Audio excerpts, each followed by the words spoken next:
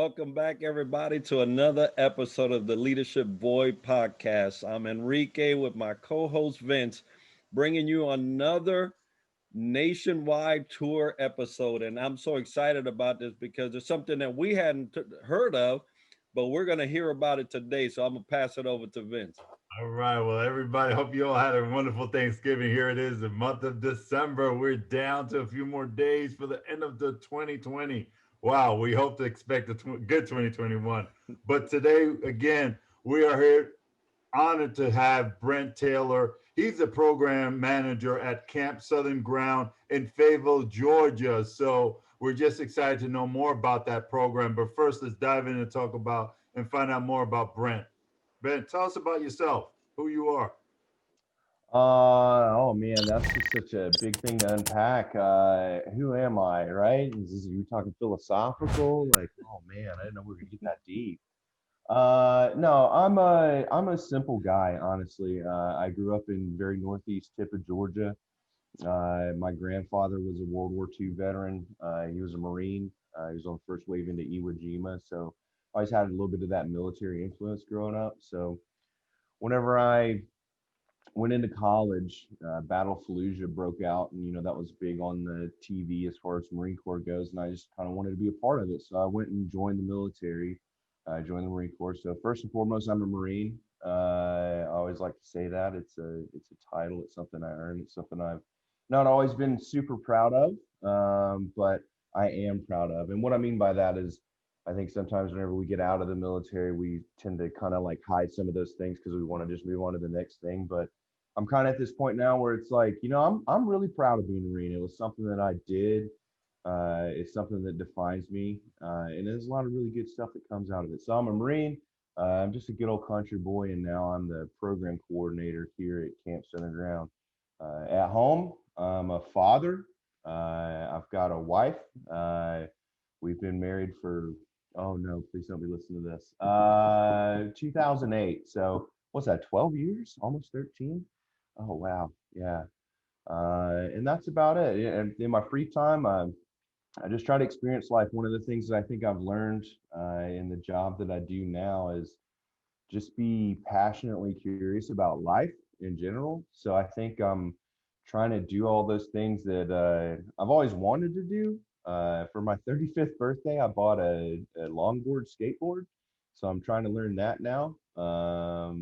I try to do things like get into art. I'm a competition shooter. I shoot PRS, long range shooting. I hunt a little bit, not as much as I used to. I try to travel with my wife, things like that. But 1 minute conversation.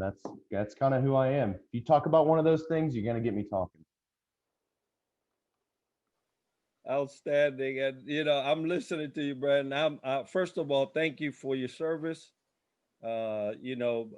Yes, be proud to be a Marine. I love my Marines. I'm a what they call an amphib sailor, right? So I'm Yeah. and you talked about your the service of your ancestor on the Iwo Jima. I'm a plank owner of the USS Iwo Jima, so you just strike into the heart there, brother.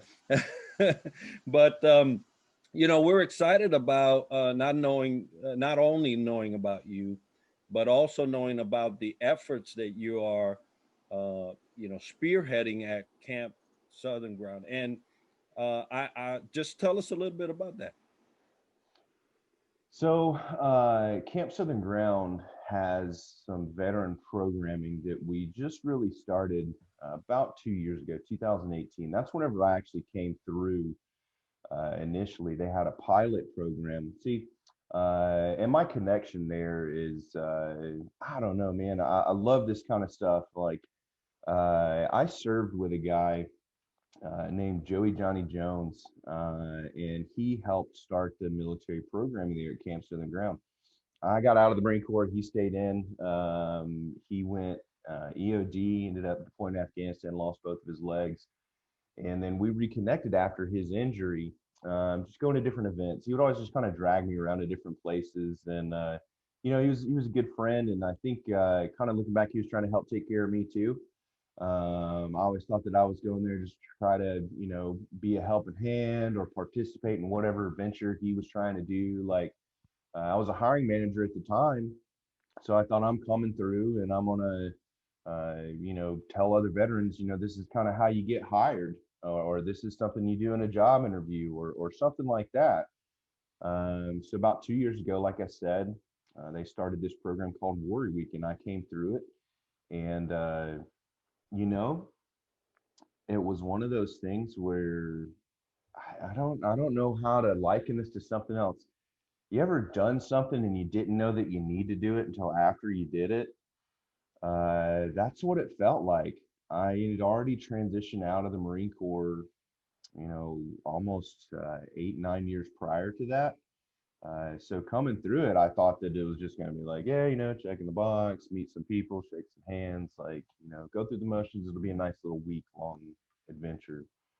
But it was so much deeper than that. It kind of like ignited this little thing inside of me. And I loved it. I loved what I experienced there. I'd already gone through other kind of personal professional development type program things. I learned a lot of different stuff in just my career. Growing up in the gun industry, that's where I went to whenever I got out of the Marine Corps. I worked for some big name companies, things like that. But this was different. It was a lot different, and so I basically came back and said, "You have to hire me. I'm not going away. I'm here forever. So let's figure out how do we make this bigger? Like, what do we do with this?" And in those last 2 years, we've increased Warrior Week, which is basically a personal and professional transition group or a transition program.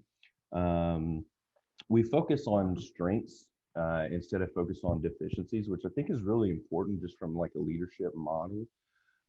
That's something that we don't necessarily do in the military as much, but whenever you focus on somebody's specific strengths, like what makes you unique, different, and qualified to do something, then they tend to do that really, really well. Versus taking somebody and pushing them into something that they may not be as good at, that they need to learn more of, something like that.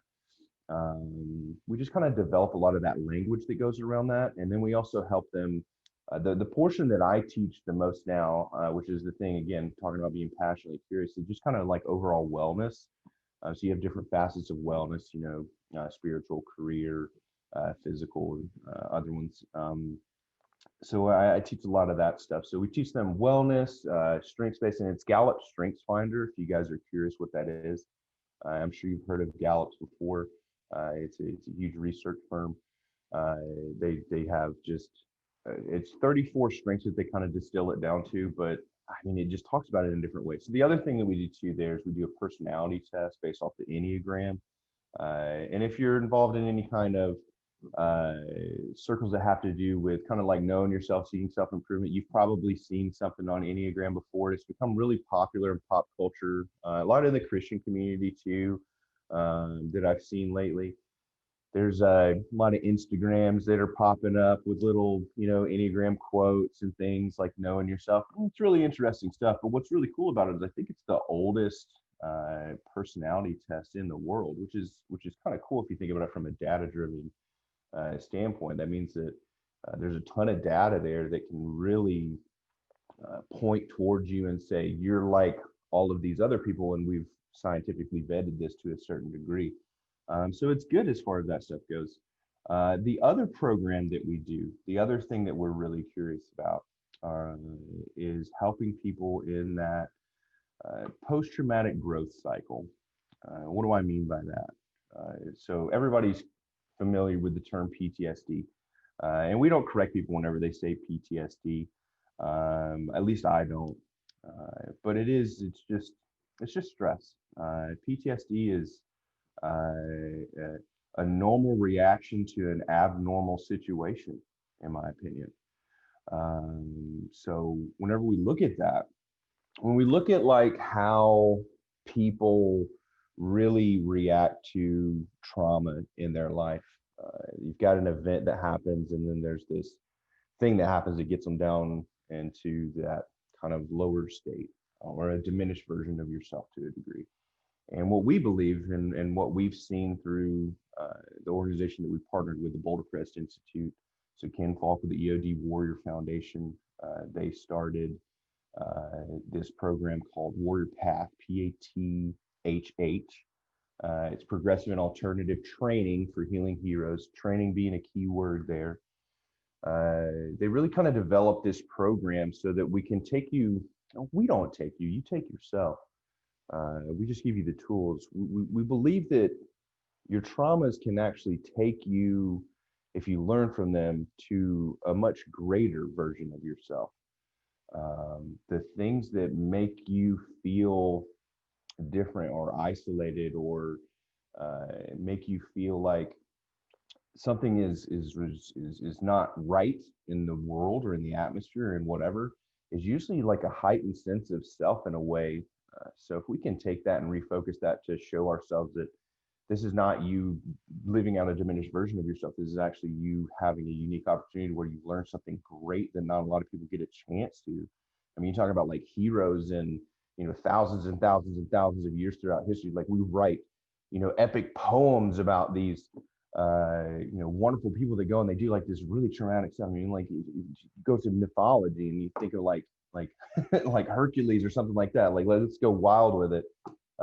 He had to go through some crazy stuff in order to come back and teach truths to other people. And we believe that that's what veterans do. We go and we learn truths about ourselves and about humanity. And it's our job to come back and teach other people, show the rest of the world that's around us that, these are truths that we've learned. Maybe you learned them in a different way through your life experience.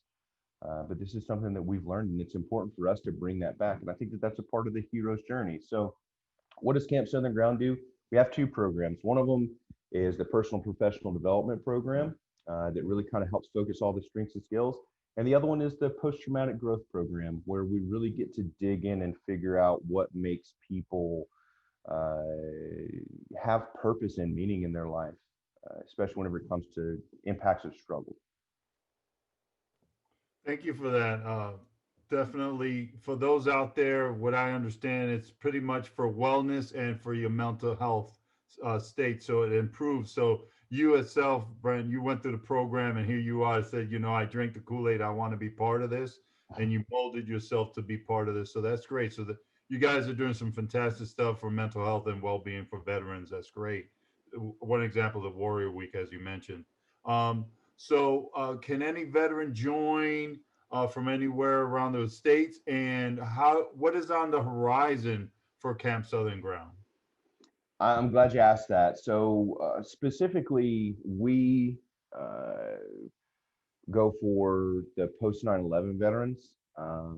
There are a ton of different veterans that are out there. We've got Vietnam, Korea War, uh, the other theaters of combat as far as the Iraq War kind of stuff that went on. There's all kinds of people out there who need help. We're specifically focusing on post 9/11 veterans, but we can get resources to just about anybody. The Boulder Crest Institute, the PATH program that we do, again, we do post 9/11, but they even do uh, law enforcement stuff like that at their centers. So no matter what it is, we want to help serve everybody, but post 9/11 veterans. As far as what's on the horizon for us, just growth. Honestly, I think the biggest thing for us is um, veterans are hard-headed, man, right? Aren't we? Like we can be stubborn. We can think, no, no, no, I got this figured out. I can figure this out. No big deal. I can just kind of push through it. It's not going to be a big deal. And we think that like that pressure is only going to be put on us. So like it's okay for us to say like I got it because it's only going to affect me, right? I'm the only person that's going to get stressed by this. So let me just put the pack on and push forward in that. Um, but I don't think that's really knowing yourself. I think we need people a lot more than we kind of say that we do. And that's important for a veteran to admit because we're not talking about just other veterans. We're talking about like all kinds of people in society. So the biggest thing we need is for people to come to the program. We don't have any problem filling what we have, but I know how much this impacted me, and not going too much into the darker sides of my story, but I suffered from some of those symptoms of PTSD. Had a lot of people in previous units, especially this year, and not to get deep and dark, but I think I've had, just ringing off the top of my head, 4 people that I know this year alone have committed suicide.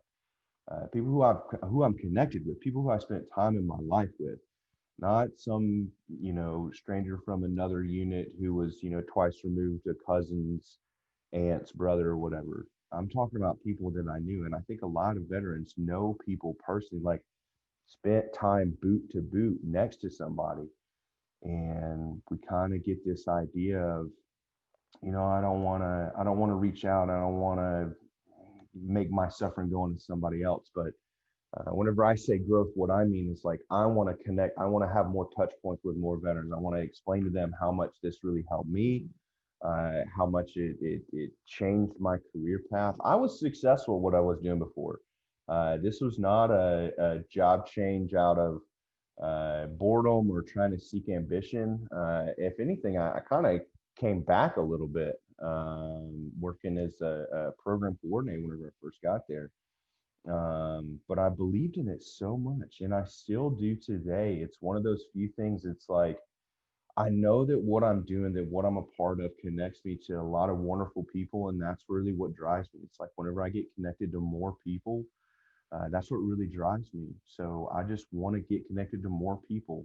I think in the future, right now our vision's not complete because we don't have the ability to serve hundreds and hundreds and hundreds of veterans yet every year. Uh, we've got our calendar packed out. I think that there's 10 to 12 weeks of programming coming up for 2021. So that's at least one per month in the months that we operate. And then we got kids camp on top of that, where we serve kids who were underserved, kids who are in the spectrum of autism. We call them neurodiverse. There's, all kinds of different things as far as what we serve there. And then there's typically developing kids that are a part of that program as well. So we're just trying to impact the whole world, I guess. So what's on the horizon for Camp Southern Ground? We have a quote that we use a lot. I don't know if it's like a core values thing or not, but it's something that really impacted me whenever I first came there. And it's something I remind myself all the time. That's love is the remedy. I think it was a part of one of Zach's songs. Zach Brown is our founder. Um, but man, that really just resonates with me. It's something I haven't always believed, or something I haven't always had as a guiding principle in my life. I think that had to do with just like emotional intelligence not fully being there. But now I really believe that, man. Kindness, like listening to people, being honest and genuine. I think that that's what that is. So we just want to put more of that out in the world. Well, definitely with that model, yeah, you're going to be doing some great effectual things in the future, and the horizon looks bright. You mentioned something, Brent, that kind of stuck with me when you were talking about our hard headedness, because you know what, my head was shaking up and down like, yeah, but it's funny because we always look at things from I got your six mentality. And when Mhm. you always look at I got you never think about who got me. Never. Everybody just knows that I got your six. So and so inherently, if I got your six and you got his six, everybody's covered. But nobody looks at it from the other way around. And you mentioned that, and I was like, wow, that's so true. Um, and you also mentioned that, hey, when you think like that, you just don't know yourself. And it really is. It takes a lot of growth. It takes a lot of education, a lot of exploring to get to the point where, hey, yeah, not only do I got his, but he has mine. And then it creates that dependency, right? Of another person depositing into my life. I need that. I need Yeah, that. accountability, And man, it's important. so bridging that with our leadership segment, right? Because we're going into the leadership part. Um, what do you do personally to advance your professional development, increase your knowledge and leadership, and improve your capabilities as a leader? So whenever I was in the Marine Corps, I got attached to it was called a Northern Training Unit, something like that. I don't remember exactly what it was. This was 100 years ago to me. But I remember it was right at the height of whenever they were using some chlorine bombs and things like that in Iraq. So that's a lot of what we were preparing for. And I remember doing a lot of like, there's gas chamber that you do where you go, it's like an annual training, you don your mask, you take your mask off, like oh man, it hurts and burns so bad. I remember going through a lot of stuff, but we did some extra stuff where we actually had to like stay in mock gear like all day, and then they would do like these little mock things that would happen to make sure you always had your gas mask on, all different kind of stuff like that, just to get us used to like what it's like to be in it all day, not just like for the 30 minutes, because it's really uncomfortable, right? But I remember thinking back to that, and something else that you just said right there really made me think of this. The first and most important thing you do in a situation where you've got a chemical agent around you is you put your mask on first. I think that that's a lot of like what you're saying there is, yeah, man, I totally want to help you. I got your six. I got to get my mask on first. Once I get my mask on and I clear this gas out of it, then I'm gonna come over there. I'm gonna grab you. I'm gonna make sure you're all right. But we got to spend time on ourselves first. So what do I do for myself? What do I do? It's kind of lucky. My whole job revolves around developing myself as an individual. So there's a ton of stuff that I get to be exposed to. As far as from a professional leadership standpoint, the biggest thing that I do is just read nonfiction. I know that that sounds maybe super distilled or super whatever, but I think the biggest combatant that you can have against lies is truth, right? I don't know who the quote is, and forgive me for not knowing this off the top of my head, but the cure for bad language is more good language, not less language. It's an important truth. So what do I do to professionally develop myself is I try to read nonfiction. I read books or actually I listen to a lot of books. Sitting there and actually sitting down and reading can be hard for me. But I still want to get that knowledge. Like I want it in my brain. And until they have like the matrix where I can just download books into myself, I think I'm just going to keep listening to things like podcasts, things like the TED Talks that are out there, and thinking about like future. Because I'm not a guy that does that. I don't think way far into the future. I'm more of a mechanical. Like, how do I make this better? How do I think presently? How do I do whatever as far as like what's happening right now? So to think about like what's in the future, man, like that takes me on a road trip, and it pushes me a little bit outside of my comfort zone. So whenever I get to do that stuff, I think that that kind of like takes me out of my little safe zone and puts me into that little bit of that growth zone. This year, I've read. There's a daily Stoic book that I picked up. So Stoic philosophy. Um, we talk a lot in our Path program about different philosophies. The biggest one being the hero's journey, and that's a lot of what I kind of like touched on as far as like going out and then bringing important truths back home. That's something that's been around for like 100 years. So I try to like look at that stuff. That's what's happening in the world. I think most recently we really started talking deeply about. I got real big into watches a couple years ago, and I started just talking about like the mechanisms in watches, and like if you have a watch that you have to wind, like the watch I'm wearing right now is like a winding watch. It's a mechanical watch. There's no battery in it. It literally is like a series of springs and gears, and somebody has to wind it up, or it's through your movement, that keeps it going. So I try to just get curious about things. So rather than try to tell you one thing that I do to develop things in myself, the biggest thing I do is I try to stay curious. I try to learn something new uh, all the time from anybody. It doesn't matter who you are. I try to humble myself whenever it comes to that. And the biggest place that I get that learning is from reading nonfiction. So that's what I do. Well, it's so interesting you shared that, doing the reading of nonfiction, understanding the cure to bad language is good language, listening to podcasts, TED Talk, the leadership voice, Yeah.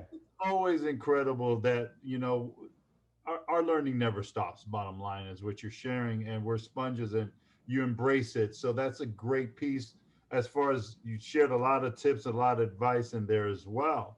So any last advice, plus curious to hear about what challenges also you're facing out there. Um, oh man, I again like probably the most important piece of advice that I got whenever I was first developing myself as an adult. Whenever I got out of the Marine Corps, I put myself in a box, put myself in a bubble, like a lot of us do, especially veterans. I mean, people in general do it. I talk to people all the time. The first thing they do is they identify with whatever box they need to put in so that you can assume things about them. We do it in how we dress. We do it in how we just do it all the time. So I put myself in that box of thinking I could be a cop, a firefighter, or a police officer. Whenever I was in the Marine Corps, I was on the range for a couple of years. So I thought those are the three things I'm qualified to do. That's probably it. That's the only place career path that I'm going to be able to do. So I'm going to go check that out. Now I'm a program coordinator for a nonprofit. Like that's not any of those things. Those experiences help me in what I do, but that's not what I do now. So first thing I did is I started working at a gun shop. I found out I was pretty good at sales. I like people, is what it came down to. I wasn't exceptional at like the numbers or anything as far as that stuff goes. I was good at figuring out patterns. I was good at figuring out how to help people. And I was just curious and wanting to get people to kind of move forward in what it is that they do.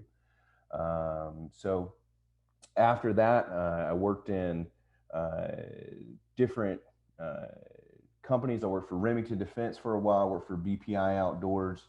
And whenever I was at Advanced Armament Corps, which is a Remington Defense company, just kind of developing myself as an individual. I was actually working in a customer service role at the time. I was running their social media, so I was learning a lot about like how media works, how marketing works, how branding works.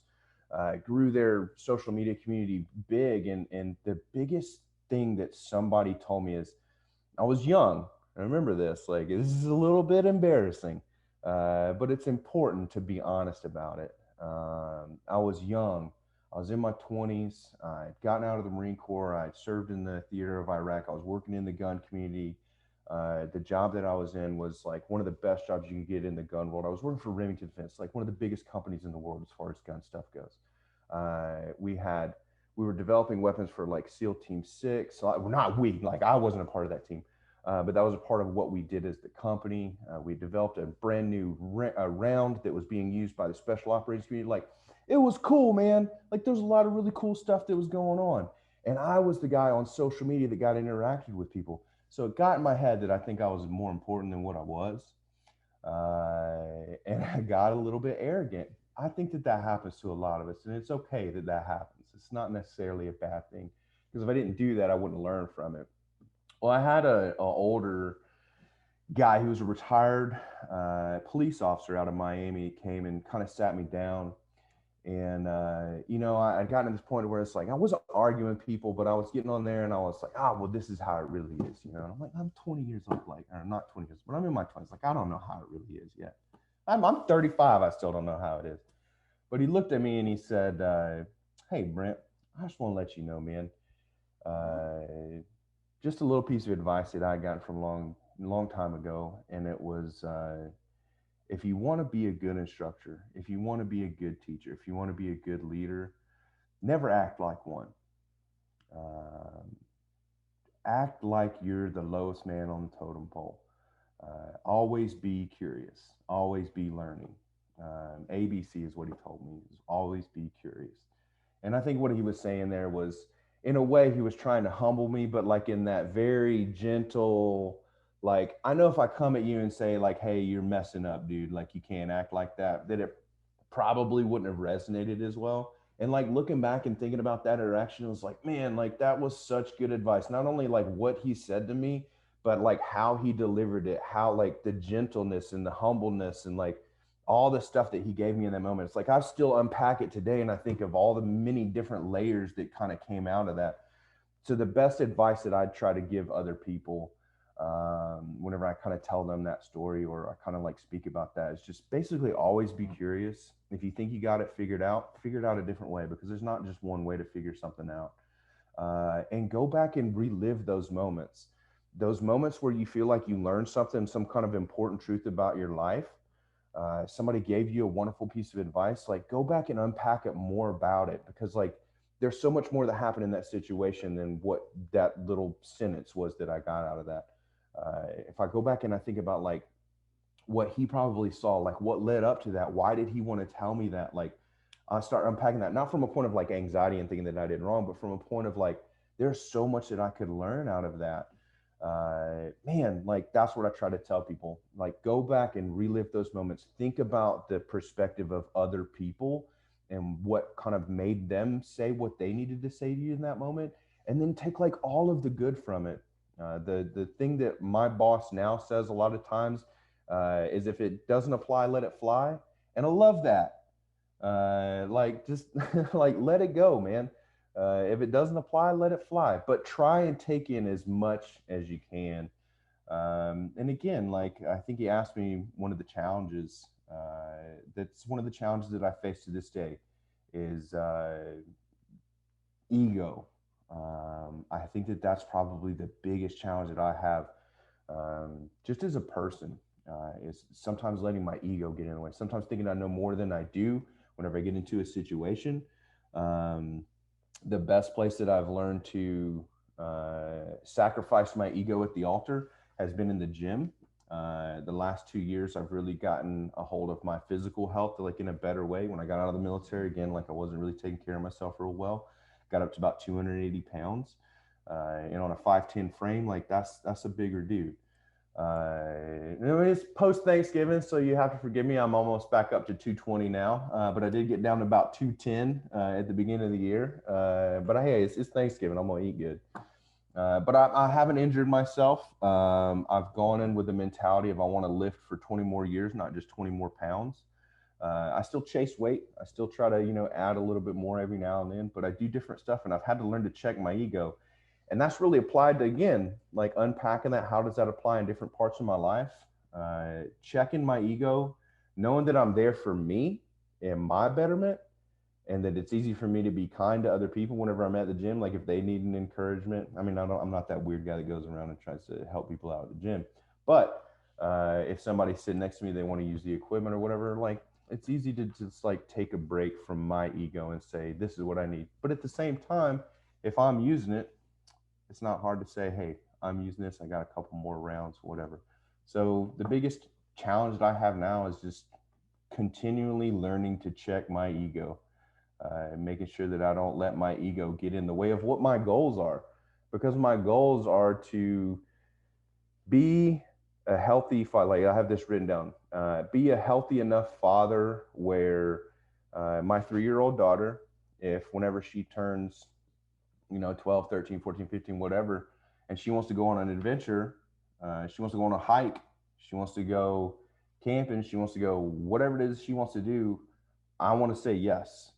And I got to look at it like this. She might be 20 whenever that happens, and I'm not getting any younger. So it's like, I got to take care of myself now so that I can continue to do those adventures, because that's what my goal is. My goal isn't to be right in this moment.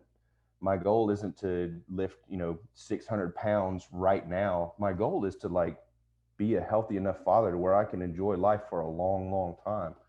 And the same thing goes whenever I'm talking about checking my ego, like with work or with conversations that I have. Like, I generally want to know more about other people. The more I'm connected to the world, the more I'm connected to my community as a Marine, as a veteran, the more that I'm connected with, wonderful people like you guys, then the better off I'm going to be. So my biggest challenge is continually checking that ego, learning about other people. Well, I tell you, that's a worthy issue to attack right in our life. And if there's anything that in leadership will drag you down faster, it will be ego, right? So, good on you for that. Now you talked about connecting and all of that and networking. So let's talk about how people get a hold of you. How can they do that? The easiest way is just to go to our website, campsouthernground.org. You'll see at the top there's be a button there for you to get onto veteran programs. If you want to send us an email direct, Warrior Week at campsouthernground.org would be the fastest way to do that. Outside of that, there's a phone number on there on the website. Please reach out there. Even outside of that, we've even got a Facebook community that we've been growing that you don't have to have gone through our program, but we've got probably upwards of 100 or 200 people who have gone through our program that can kind of help answer some of those questions. So if you're curious about our program, what was it like going through it, anything like that, you can join our Facebook community online or just reach out to us. Come experience it for yourself. Again, take those truths that you're going to learn back to your community and help people in your area. That's what we're trying to do. Now, folks, we're going to make sure that all that information, and thank you, Brent, for sharing that, will be part of the video and definitely, if not part of the comments, but you'll have an opportunity to get that information and reach out.